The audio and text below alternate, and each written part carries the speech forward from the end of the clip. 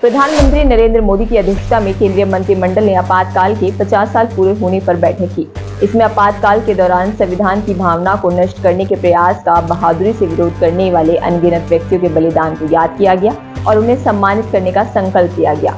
Cabinet बैठक में श्रद्धांजलि स्वरूप 2 मिनट का मौन रखा गया। आपातकाल की 50वीं वर्षगांठ पर केंद्रीय गृह मंत्री अमित शाह ने कहा कि जिस परिवारवाद के लिए इमरजेंसी लगाई गई थी, उसी परिवारवाद को मोदी ने 2014 में पूरे देश से उखाड़ कर फेंक दिया। एक्सियोम 4 मिशन अंतरिक्ष की ओर रवाना हो चुका है। इसमें भारतीय वायुसेना के ग्रुप कैप्टन शुभांशु शुक्ला शामिल है। वे राकेश शर्मा के बाद अंतरिक्ष में जाने वाले दूसरे भारतीय बन गए हैं। यह एक निजी अंतरिक्ष यात्री मिशन है जो अंतर्राष्ट्रीय अंतरिक्ष स्टेशन यानी कि ISS के लिए है। इस मिशन में भारत, पोलैंड और हंगरी सहित कई देशों के अंतरिक्ष यात्री मिलकर ISS पर लगभग 60 वैज्ञानिक प्रयोग करेंगे। भारतीय अंतरिक्ष यात्री शुभांशु शुक्ला ने एक्सियोम 4 मिशन की लॉन्चिंग से पहले सोशल मीडिया प्लेटफॉर्म X पर पोस्ट कर कहा कि 41 साल के बाद भारत का झंडा अंतरिक्ष में लहराएगा। जय हिंद। भारतीय वायुसेना के ग्रुप कैप्टन शुभांशु शुक्ला अंतरिक्ष की यात्रा पर गए हैं, जिसके सफल मिशन के लिए प्रधानमंत्री नरेंद्र मोदी ने शुभकामनाएं दी। शुभांशु 1984 के बाद अंतर्राष्ट्रीय अंतरिक्ष स्टेशन पर जाने वाले पहले भारतीय हैं। वे इसरो के गगनयान मिशन का हिस्सा हैं और एक्सियोम 4 के लिए चुने गए हैं, जो भारत, हंगरी, पोलैंड, अमेरिका के अंतरिक्ष यात्रियों को लेकर लॉन्च हुआ है। केंद्रीय माध्यमिक शिक्षा बोर्ड यानी कि CBSE ने साल 2026 से कक्षा 10वीं की बोर्ड परीक्षाएं साल में 2 बार आयोजित करने के नियमों को मंजूरी दी है।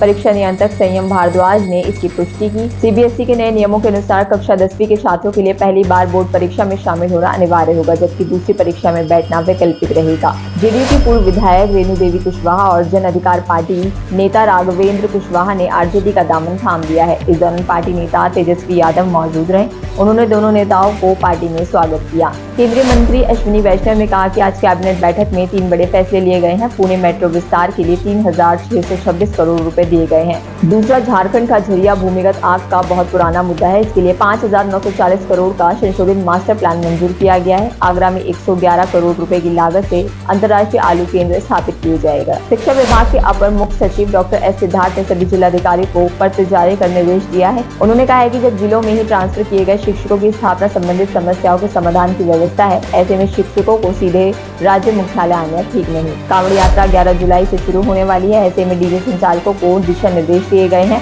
तेज आवाज में डीजे बजाने की अनुमति नहीं होगी। ध्वनि प्रदूषण को नियंत्रित करने के लिए निर्धारित ध्वनि सीमा यानी कि dB लेवल का पालन करना अनिवार्य होगा और रात 11 बजे के बाद डीजे संचालन की अनुमति नहीं होगी। सुरक्षा को देखते हुए 12 फीट ऊंचे और 14 फीट चौड़े डीजे की अनुमति नहीं दी जाएगी। साथ ही डीजे कंपटीशन की अनुमति नहीं होगी। इसके अलावा यात्रा के दौरान आपत्तिजनक, भड़काऊ और अश्लील गाने बजाने पर भी पूरी तरह प्रतिबंध रहेगा। नियम तोड़ने वालों पर सख्त कार्रवाई की जाएगी। इन सभी तमाम खबरों पर क्या कहेंगे आप कमेंट बॉक्स में लिखना ना भूलें। बाकी और तमाम जानकारी के लिए बने रहिए द फ्रीडम न्यूज़ के साथ।